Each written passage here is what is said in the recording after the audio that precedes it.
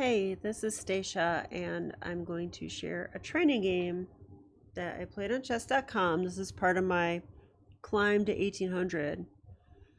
But first, I got to get to 1700 for like the fifth time. So I'm at 1691 this game before it started. So let's see what happened. So I got an opponent rated 1625, so a little bit lower than me. And I'm going to do something a little different. I'm going to try to go through the game quickly without the engine and identify some critical moments with you. Definitely share some of my thoughts. And only then will we go back through with the engine, okay? Okay, so this is a Caro Kann. And against this, I like to take. And when they take back, I play c4. And this is called the Panov attack. It leads to a more open game. And white can often get an isolated queen's pawn, but have, plenty of space for the bishops, and the knights will come to good squares. And we'll even have open c and e files for the rook. So I do like playing this way. My opponent played e6, which looks passive, but if they try to develop the bishop to f5, I have queen b3 ideas. So I think e6 is just fine. And we developed our pieces. And this is actually still the main line here, where there's definitely some pressure on my c3 knight. So I have to alleviate the pressure. I'm pretty sure this move is theory. I mean, he's threatening to fork my stuff, right? Because after bishop check, I would lose my rook. So I'm pretty sure this is theory. And he castled. I went bishop g3, h6. So this is likely the first move that we had out of theory. So we'll check that after. But I should just castle, play rook e1 if I can, and go from there. Now this move is unusual.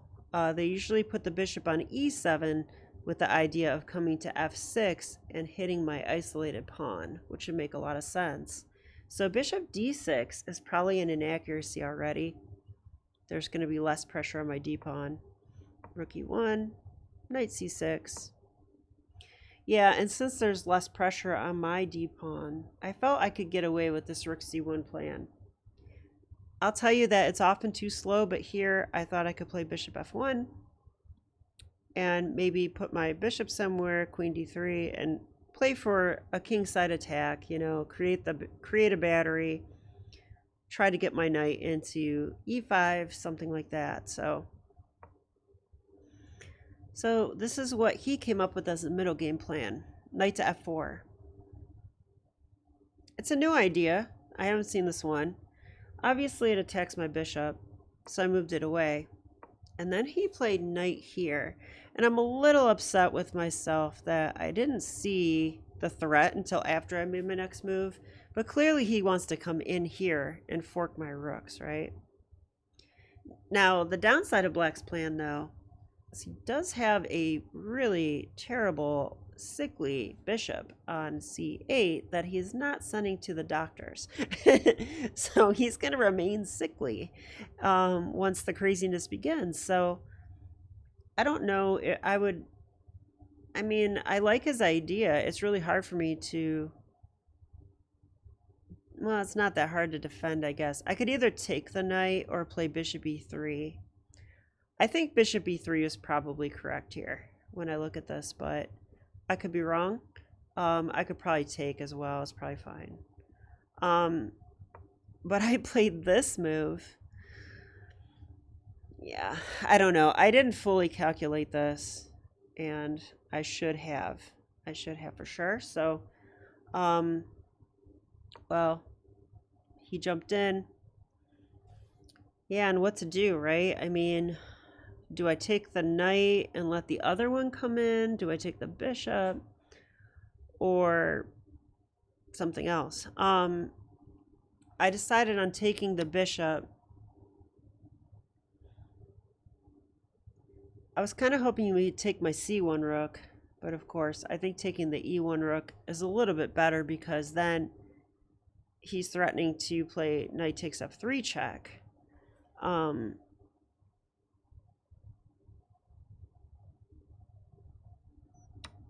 Yeah, and he did do this. So, So should I take the knight back or something else?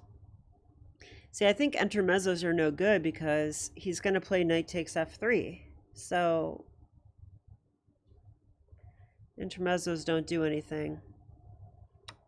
So I took this knight. Yeah, like if I try to do like this move, well, he'll just go here.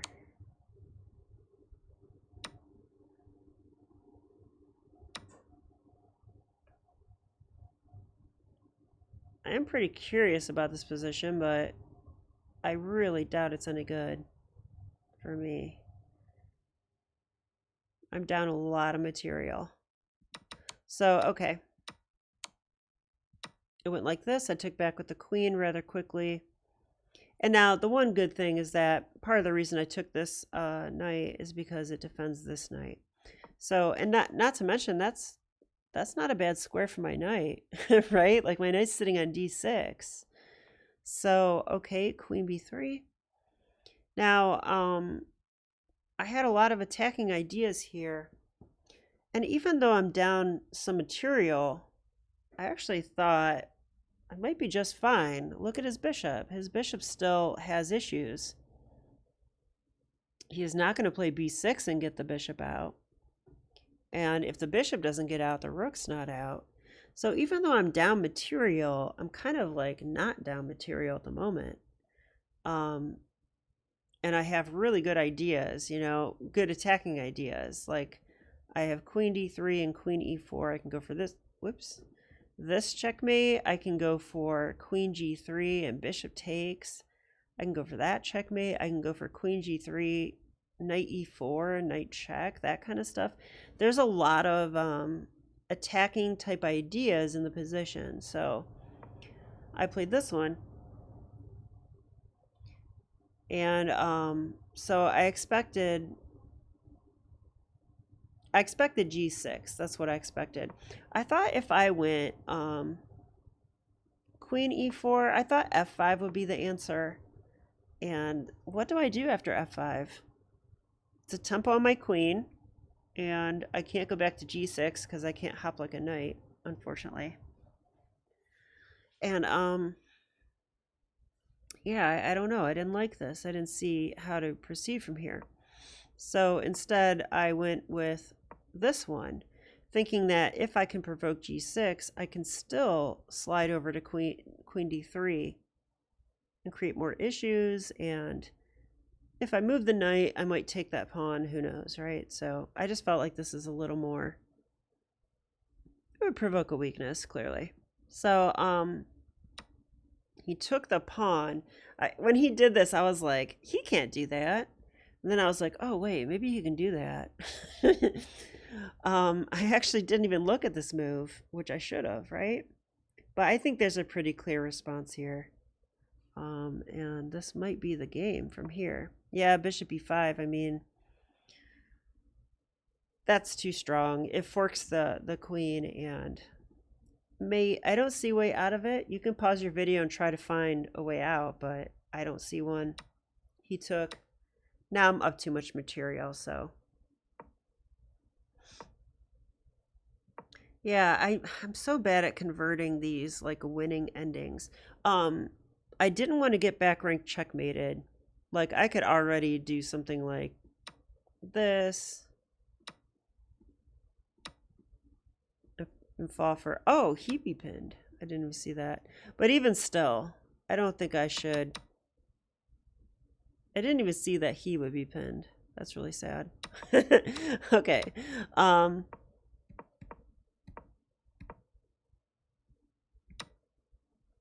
Okay, I did grab a pawn. I figured it attacks the rook, so how bad could that be? If a rook slides over, I have queen e3. That will continue to defend my rook. So that is what happened. He traded. I'm happy to trade, obviously. Okay, that attacks the bishop. He attacks my knight. Okay.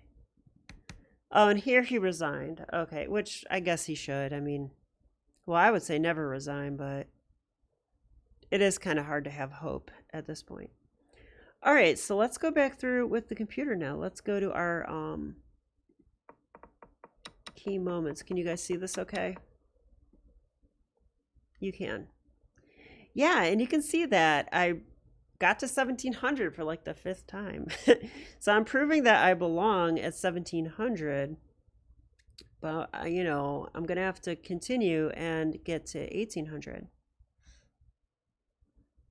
So it says in the report that I had, wow, it says I had 98.2 accuracy. Okay, so that's crazy because I blundered that knight d3 thing. And I guess the computer liked blundering that. That would be hard to see. I didn't do that on purpose.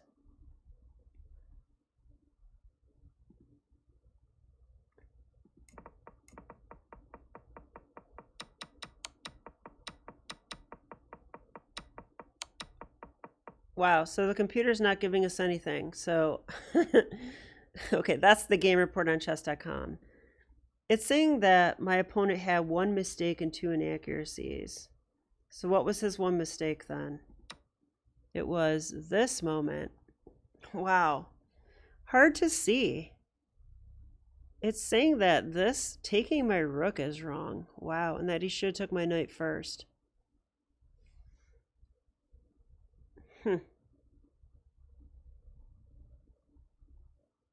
Well, let's see. Let's analyze this because what on earth is going on here?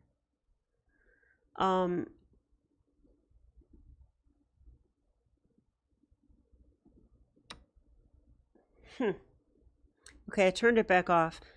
So taking the rook is wrong. Wow. So he should take here.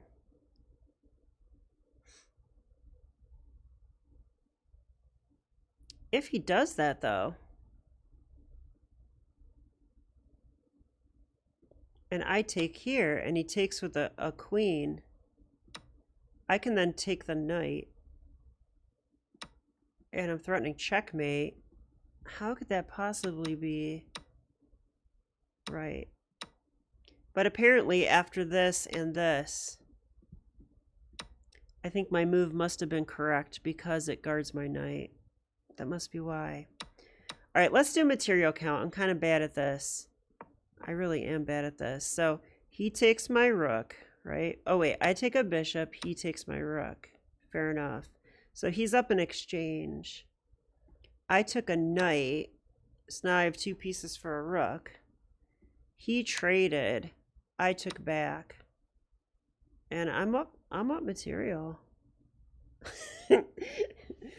Okay, I am ridiculous, okay? I don't know how to count material, I'm finding out, because I thought I didn't know I was losing in that recent tournament game. This game, I did not know I was winning. Okay, I did not know that I was up material here. I thought I was down in exchange, but let's do a count. I actually have 3 minor pieces. Okay, he has 1 minor piece. So that means I have 2 minor pieces for a rook. And then if we do a pawn count, I've got 6 and he has 6. So I'm up 1 point of material here. So, you know, I'm quite embarrassed, and this is a lucky win, I would have to say. I mean, I saw that the bishop guards the knight. I saw that, but I did not count the material right. So this is going to come to bite me, this lack of counting thing that I have going on. But anyway, let's analyze the rest with the engine really quickly. So here, he played queen to b6. It likes my move queen g3, so I'm happy to see that. I'm going to put queen e4 on the board. Yeah, it says f5. It still likes white, though. It says now I can go queen to e3.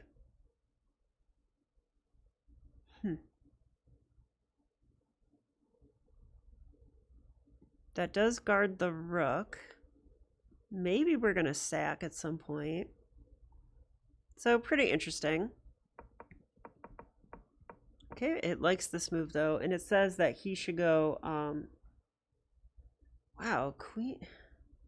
It says queen takes d4 is best. So, wow, I really thought he should go g6, but this must be horrible for some reason. Oh, and here's the reason. I can sacrifice immediately. I didn't necessarily see this. Wow, this is very strong for sure.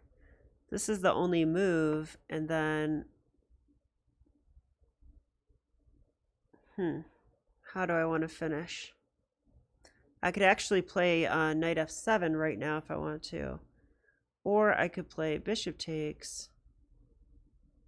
Or I could play queen takes. Or I could play bishop e5. That looks especially strong.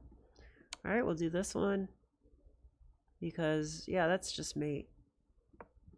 That's checkmate. Wow. You know, I bet if he played g6, I probably would have looked at that sacrifice. But given that, no, I'm not sure I would have. So I'm a little disappointed I didn't even consider that already. But that looks insanely good. Too many pieces aimed at the black king. So a massive attack by white. So I guess I won material and had a better attack than I thought. So even though I won, I'm not assessing or counting correctly. So, hey, well, you know, I can beat a 1600 like that. If I try to beat a 2000 like that, I might have more trouble. So that's it for today, and I'll be back with more chess. Hope you enjoyed it. Thanks.